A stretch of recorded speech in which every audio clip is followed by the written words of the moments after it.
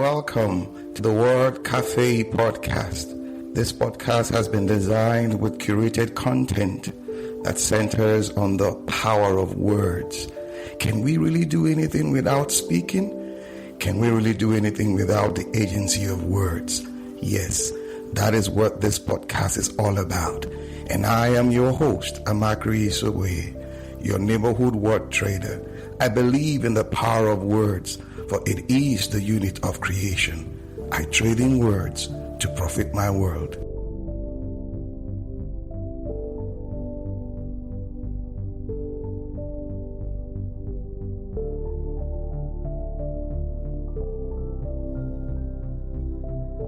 Okay, hi, good evening everybody, good morning, good afternoon, and good everything, wherever you're joining from. Yes, welcome to the Word Café live show. It's been an exciting day for me here. You know, we've been having wonderful discussions around work, the future of work, and all that. And it's been awesome. How's your day been? Wonderful. I know, wonderful. Mine has been great. Today I have someone. Yes, don't worry, we'll bring him in the way we usually do. You understand? Yep. I have somebody to discuss something I consider very interesting and crucial to the future of work. What's that? Blockchain. Yes, blockchain. Blockchain technology. It's been around for a while. But you know, a lot of us don't have a good knowledge of it, how it works and all that. So today we are going to talk about it. Yes. So the blockchain technology, it's one technology that has disrupted the global stage in terms of collaborations, payments, and all that. But a lot of us are still, should I say, at sea when we talk about blockchain, you know, and how it works. So that is what we want to talk about this evening. Yeah, it's good to have you here. You know what? One beautiful thing about this, what I call it, era we're in, is real time. It's live, things are happening, things are unfolding. So it's not like you're editing and cut this part. No, join here. No, it's happening real time. So we'll deal with it. Before you came on, I was just introducing the subject and the person behind the subject.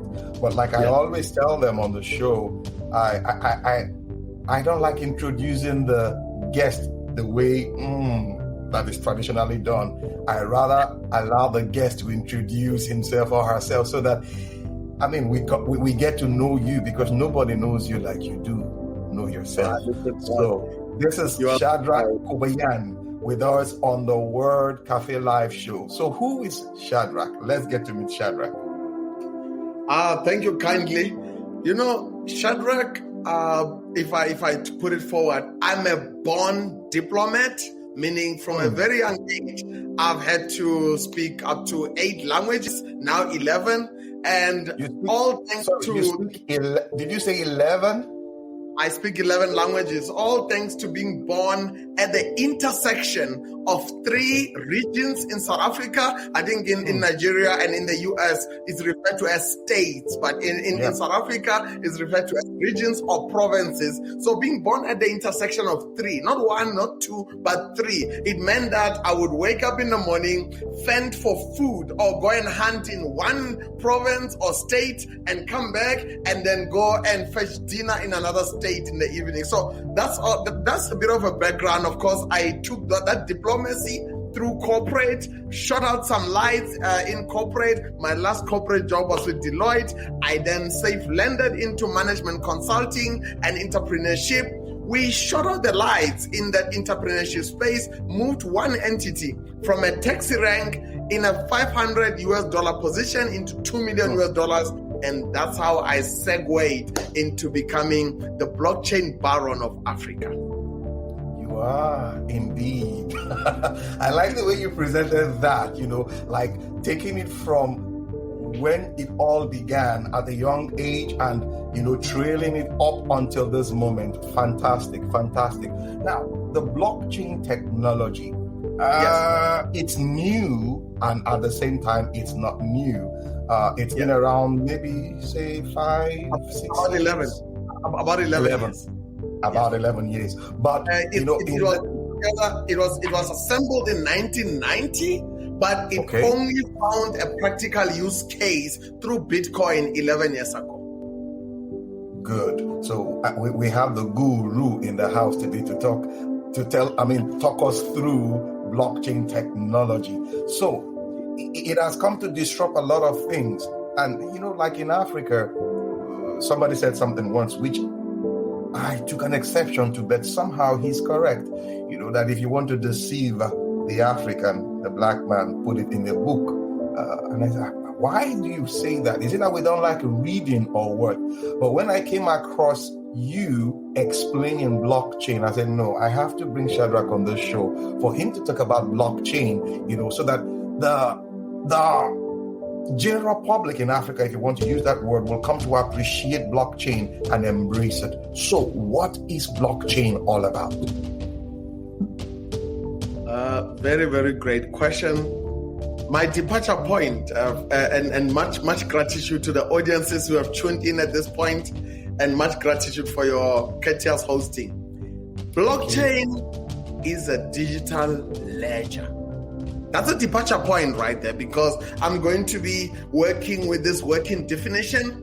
Blockchain is a digital, immutable, tamper-proof ledger that enables trade to be centralized on one digital ledger, so that all parties, without being in silos, can actually grab a hold of this single digital ledger, where it has become the epicenter of trade. And personally, I believe the best way to explain blockchain is not just through a working definition, but through a working scenario. Let me give you a scenario. Say in Nigeria or in Ghana, the cocoa farmers have always felt that they were getting a raw deal from the countless middlemen that exist between the farm and the sheep. One of the reasons why before blockchain arrives in that situation, that those multiple ledgers where everybody's got their own ledger, everyone is keeping their own records, everyone is kind of like shielding whatever is on their ledger. A lack of visibility is bad for trade. Lack of visibility is actually a fertile ground for distrust and for inequality. So why I'm saying that is because if you ask, who are those that are setting globally the commodity pricing for raw cocoa? Who are they? You find that not a single one of them is actually based in Africa, where 80% of cocoa outputs come from Africa. But those that set the commodity prices, we'll find that they are in the West. What did they base those pricing benchmarks on for raw cocoa? Number one. Number two, how many middlemen exist between the farm and the sheep? And what justifies their presence? You see, if they all come with their little nodes and we centralize them on the ledger, central for the farmer to see, for the government to see, for the regulator to see, for the transporter to see, for the insurer to see. And even for decades to come, we can come back to that ledger and say, wait a minute, you are telling me that an Ethiopian coffee farmer slogged away but only received 1 cent out of a mug of coffee? They only got 1 cent, but somebody in Silicon Valley who has never been on a coffee farm in Africa, Colombia, or anywhere, but that person, out of this, they get $10, just explain the maths to me. The numbers are not adding up. So blockchain democratizes access to a single ledger, does away with cumbersome paperwork. I'll give an example. Moving a container shipment from the port in Kenya during one of the experiment, IBM, our trade partner and technical partner, experimented. Moving that one container from there to the Netherlands, it required more than 200 different paperworks between government, logistics partners, shipping agents, and all this. But blockchain kind of like centralizes everything into one ledger. And before that shipment leaves Kenya, before that shipment leaves Accra, Ghana, the Tema port, and it's heading towards, maybe it's heading towards London. London already knows who is sending the container, what is in the container, what did it cost to actually secure or insure the container, and what are the teams involved or the players involved. So that see-through supply chain effect is truly what Africa needs, because the boogeyman has been lurking in the shadows and inflating prices and elbowing others out of the room and denying my fellow Africans a seat at the economic dinner table. The boogeyman must go, and when he comes back, he must justify his presence in the room. He must justify his presence at the head of the dinner table, and he must be open book, like you said. If you put it in then the African man won't find it. Now the African man is insisting, let everything be in the open book so that we can all look at the same ledger and we can do business. So how transparent is the transparency? Very, very transparent. Let me explain it this way. One shipment of raw cocoa leaving Ghana or leaving Nigeria heading to Switzerland, that one container might, under normal circumstances, involve up to 100 different hands, from those that are sowing the seedlings, those that are cultivating, those that are harvesting, those that are pre-packaging, those that are loading the raw cocoa beans, those that are storing it in between, those that are getting it on the ship, looking after it, insuring it, paperwork, customs, and port authority handling. 100. Here's where the transparency comes in. I'm just going to use this here. Anybody that is part of that supply chain can scan a QR coding, and they'll be able to see when and how and who. Meaning, I'm going to introduce a terminology to your listeners, particularly to supply chain in blockchain. Cryptocurrency in blockchain, something different. But supply chains in blockchain, or a blockchain use case in supply chain, means that there is a public ledger, and there's a then there's a permission ledger. Meaning, if you are a shipping agent, when you scan that shipment, you will receive data that is actually more in sync with your functions, more in sync with the office you occupy. If I'm a consumer on the other side in Switzerland, and I'm actually taking that raw cocoa to funnel it into my manufacturing plant to make that signature Swiss chocolate, I will be allowed access to details that are relevant to me. If I'm a regulator and an analyst, and I'm looking at whether the right tariffs codes in terms of tax were applied, and I'm a tax official, when I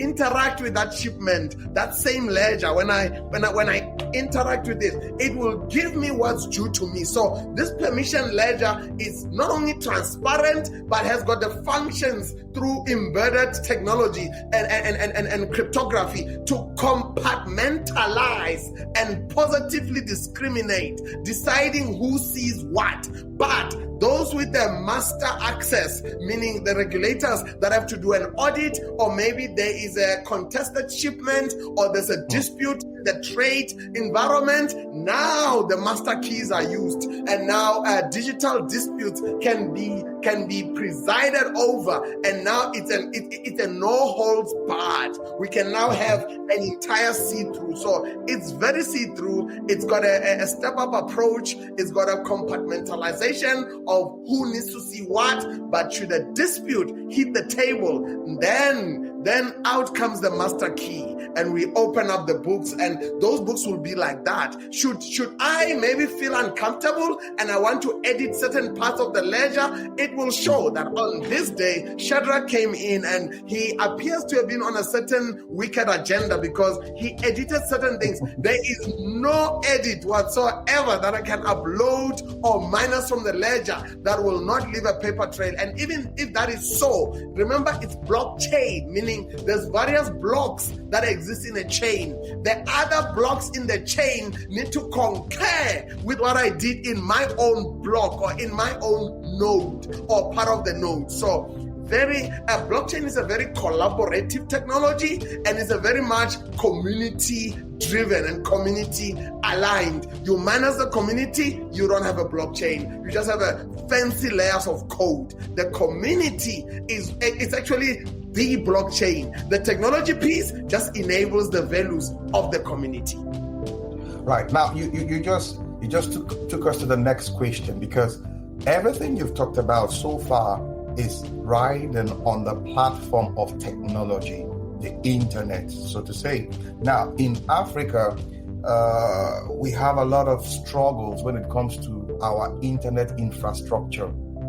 How do we overcome this? Because everything you have said so far points to that one singular factor, the internet or technology. How do we overcome that? Stay with us. We'll be right back. Hello, nerds. Come listen to the History Nerds United podcast, and let's make history fun again. We interview today's best authors, whether they are established Pulitzer Prize winners or someone debuting their first book. Let us show you that history is not a boring class you took in high school, but a place where the best stories come from. And we don't just cover history. We also love to chat about true crime, biographies, memoirs, and so much more. So head on over to History Nerds United and let us introduce you to your new favorite book and learn the story behind the story. History Nerds United.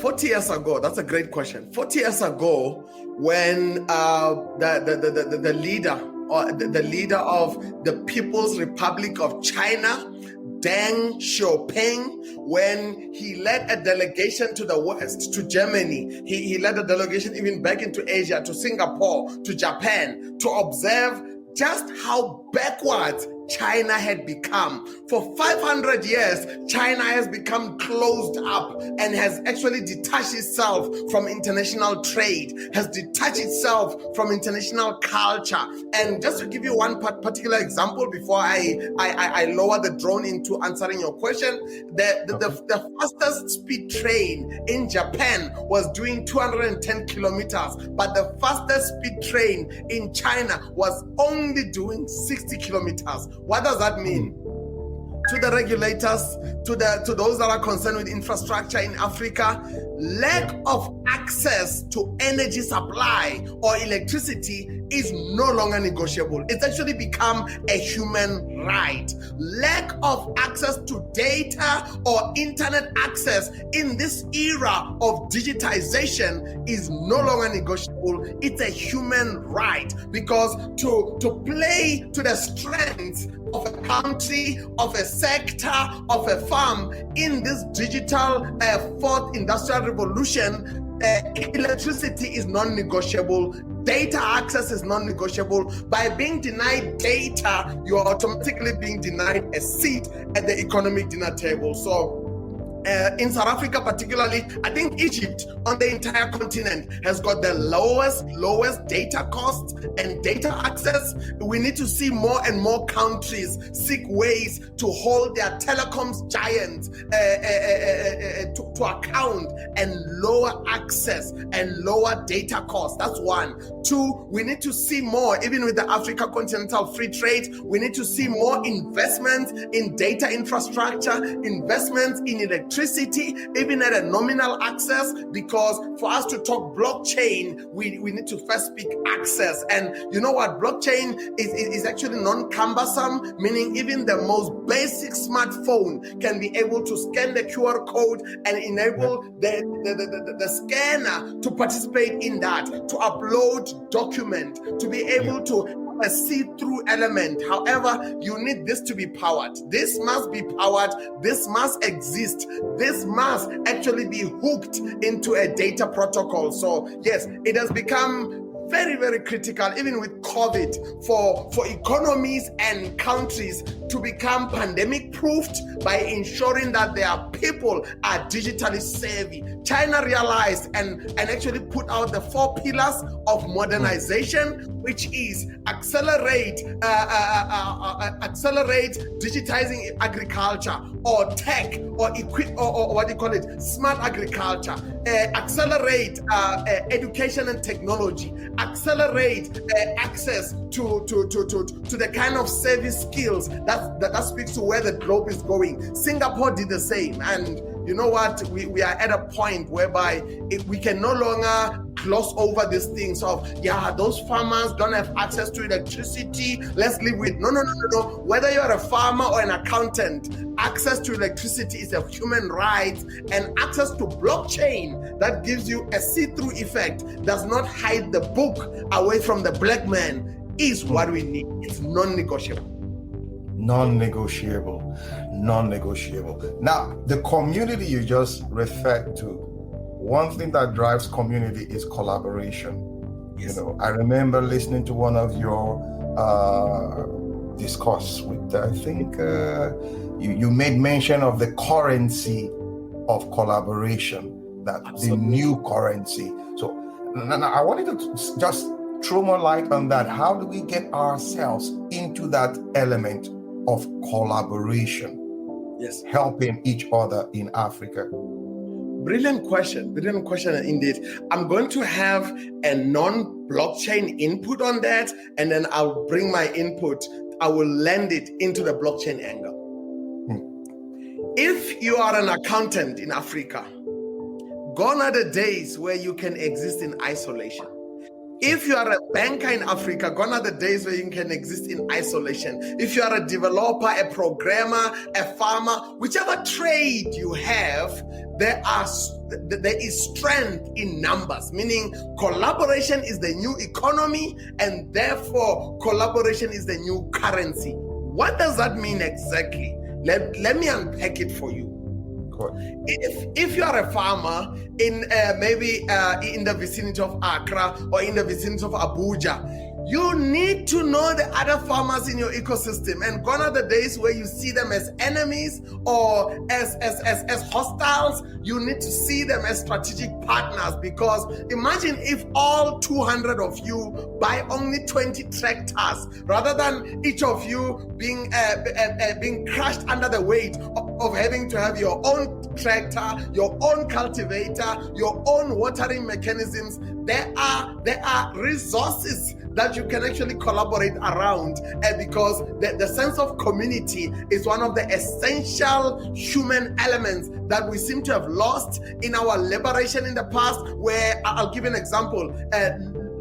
Look at the ECOWAS across Nigeria, Ghana, and just West Africa. Are they an ECOWAS framework on paper, or are they an ECOWAS actually in trade and in implementation? Gone are the days where we can carry our flags and parade and say we are together. If we are not together, then we lack the collaboration as a trade currency. We must be together. No longer should farmers or accountants put up a front. We must be together together for real, because the cyclones that we have to weather on the other side of COVID, they require a united force. They require a united industry. They require united countries and united individuals. So to the listeners out there, if collaboration is not your strongest skill, if networking is not your strongest skill, you may want to put everything down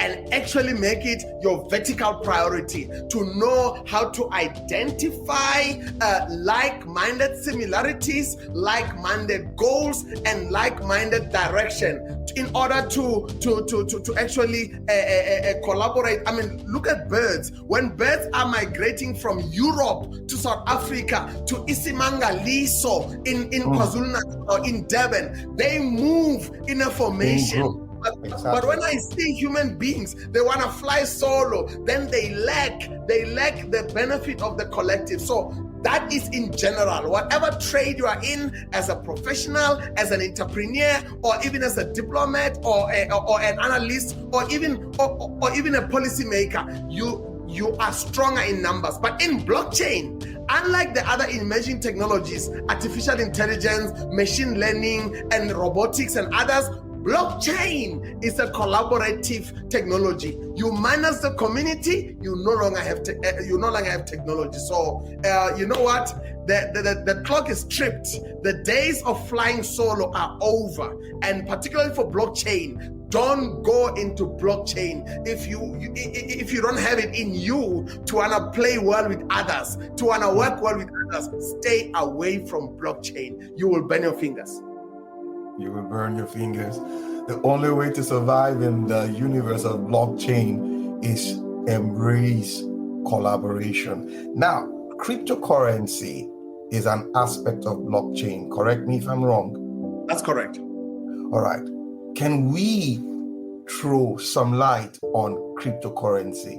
You know, when you hear that word crypto or cryptic, people just look at it as, that thing is dangerous. Are you sure it's something we can embrace? Cryptocurrency in blockchain. Can we throw more light on it? You know, I want to firstly agree with you. Cryptocurrency is very dangerous. Let me just throw a spanner in the works. Okay. It's dangerous to the powers that be. It is dangerous to the fiat currencies that have been hogging the limelight. It is dangerous to those whose interests are vested in protecting and maintaining the world order as it is. But what is a danger to one man is a friend to another.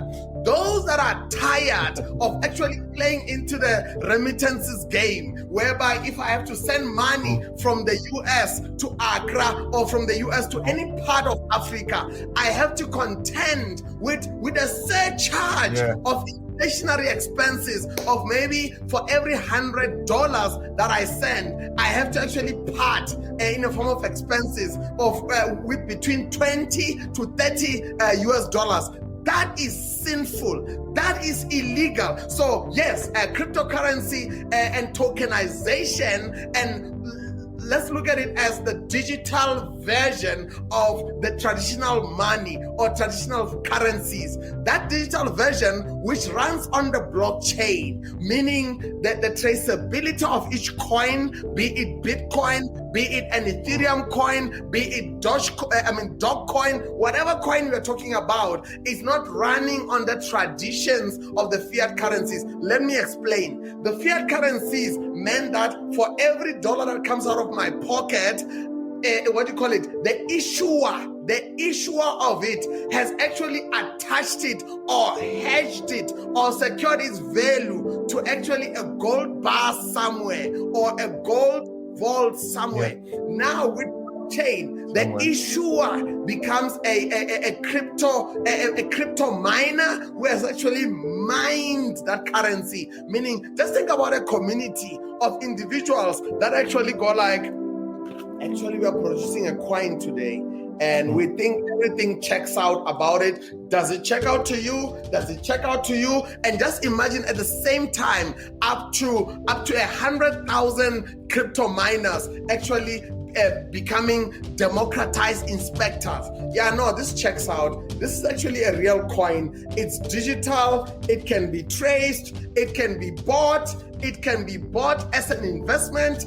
It can actually be used in trade. So that is really the high-level logic around cryptocurrency, where this crypto mining are actually mining for the coin itself, in a similar way that Africa had to mine for gold and mine for resources that later on are hedged or attached to the fiat currencies. This time, digitally, we see more and more communities using significant amount of electricity in order to mine for the coins themselves. A whole lot of processes go in there. Once they are mined, they are availed onto the mainstream, then they can be used as a currency. I think one of the challenges in Africa is that our understanding of money has got a bit of a shortfall. Money is value we attach to goods, value we use to trade. And I think somebody even mentioned that a pay slip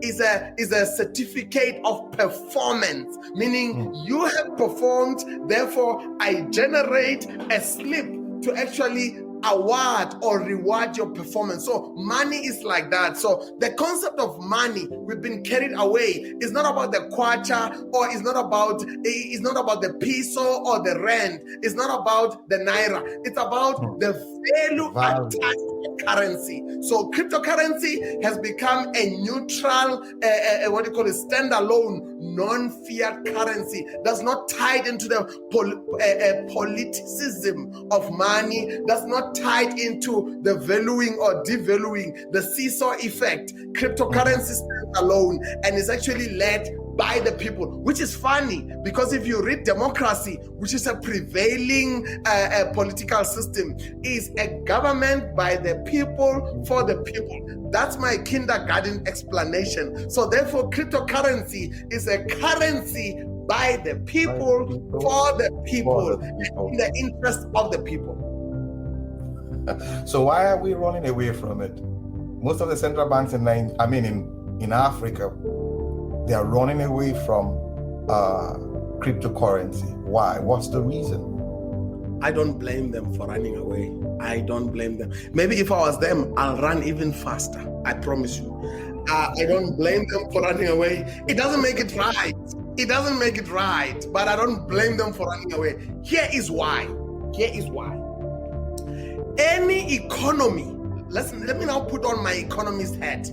Any economy, when I say any, it means at a national level, at a state level, at a community level, even at a level of a household or one household.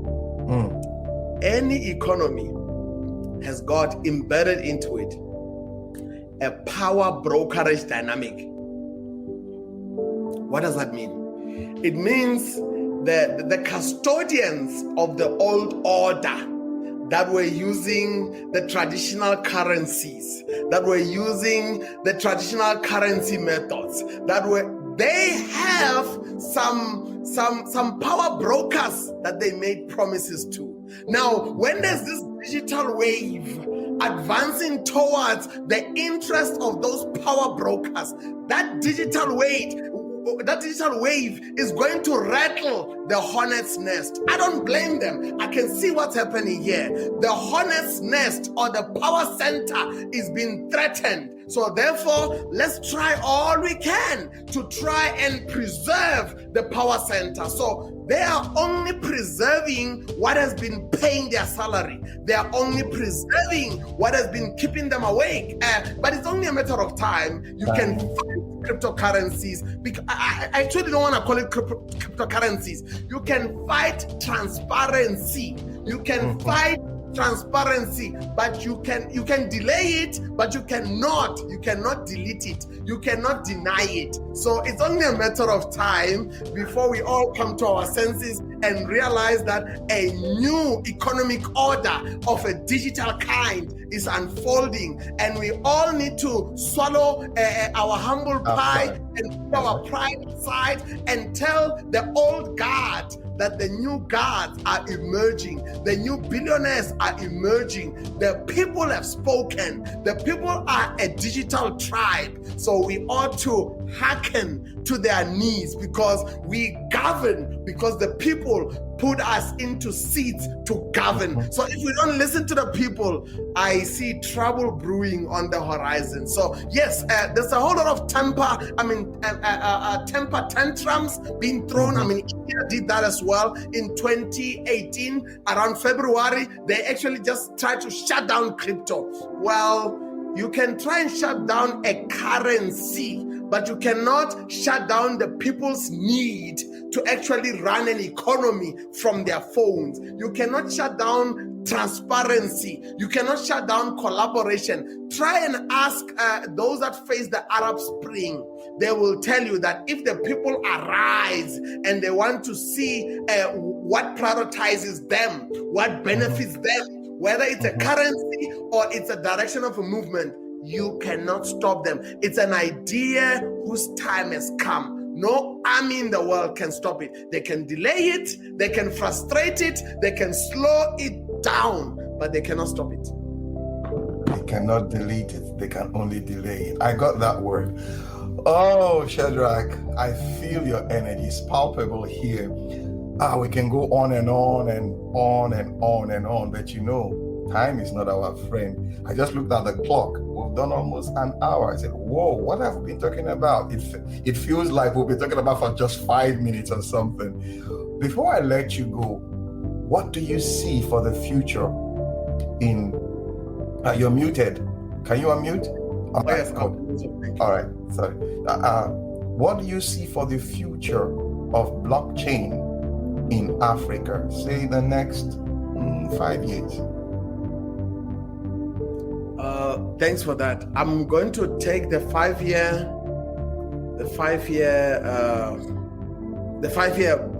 bar and just move it forward to 14 years. Okay. In 14 years from now, we will be arriving at the 1st of January 2035.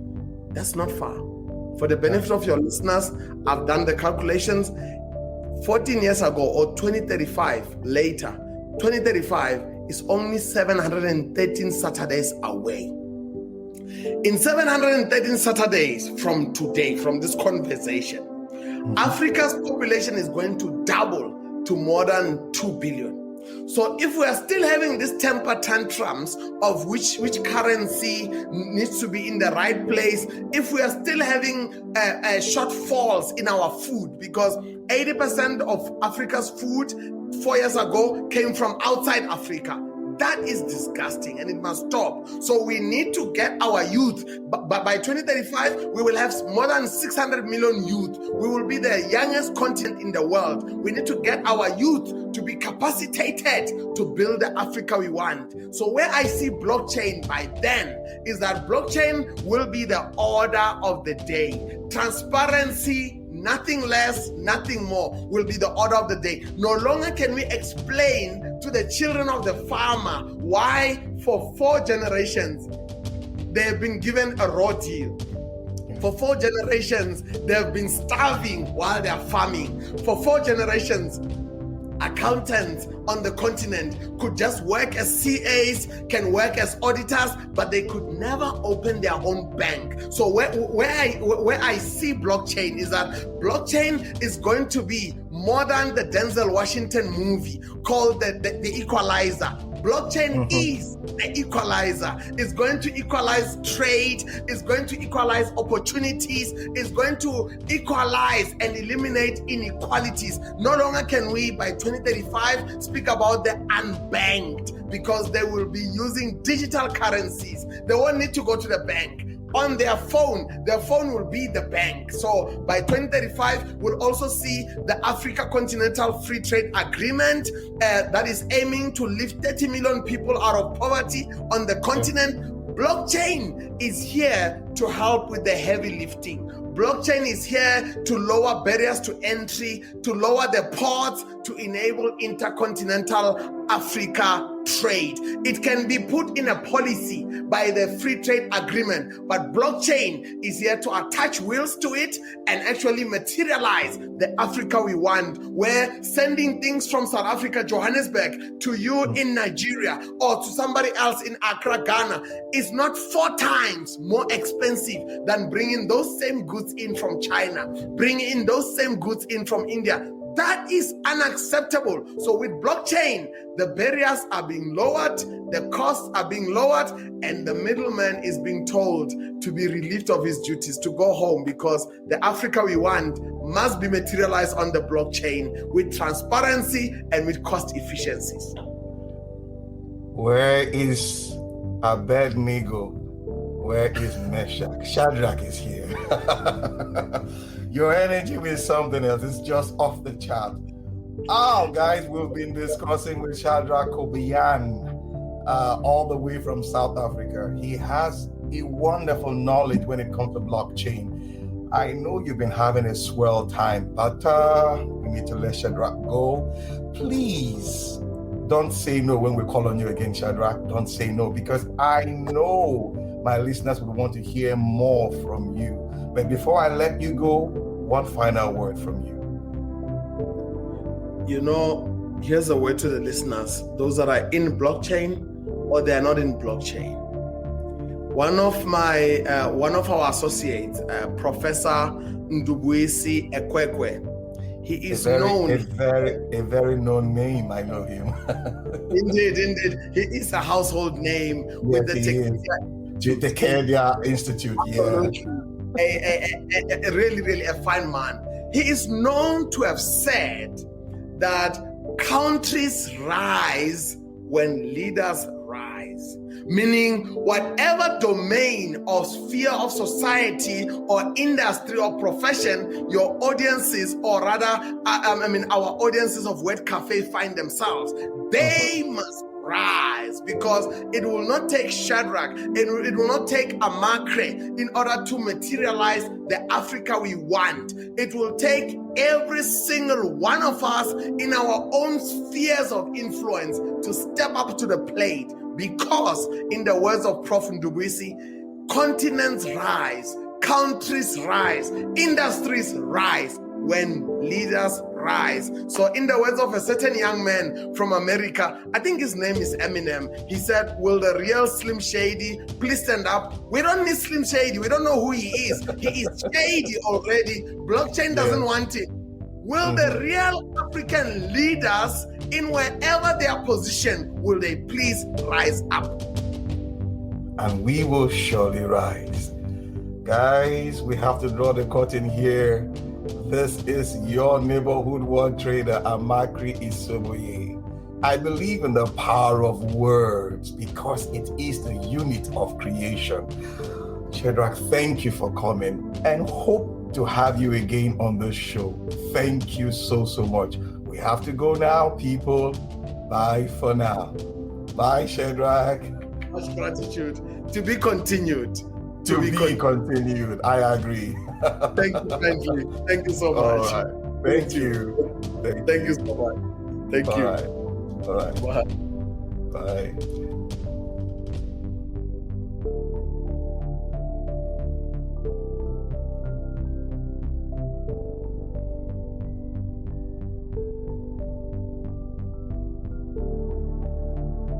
Awesome time it has been with you on the Word Café podcast today. Thank you for being there. You can catch me up on my social media handles, Twitter, Facebook, LinkedIn, Instagram, all at Amakri Isoboye. Also, you can get copies of my books, A Cocktail of Words, The Color of Words, and my HRO notebook on Amazon and on Roving Heights online bookstores. You can also subscribe to my YouTube page at the same address. Yes, till we see you again. Bye for now.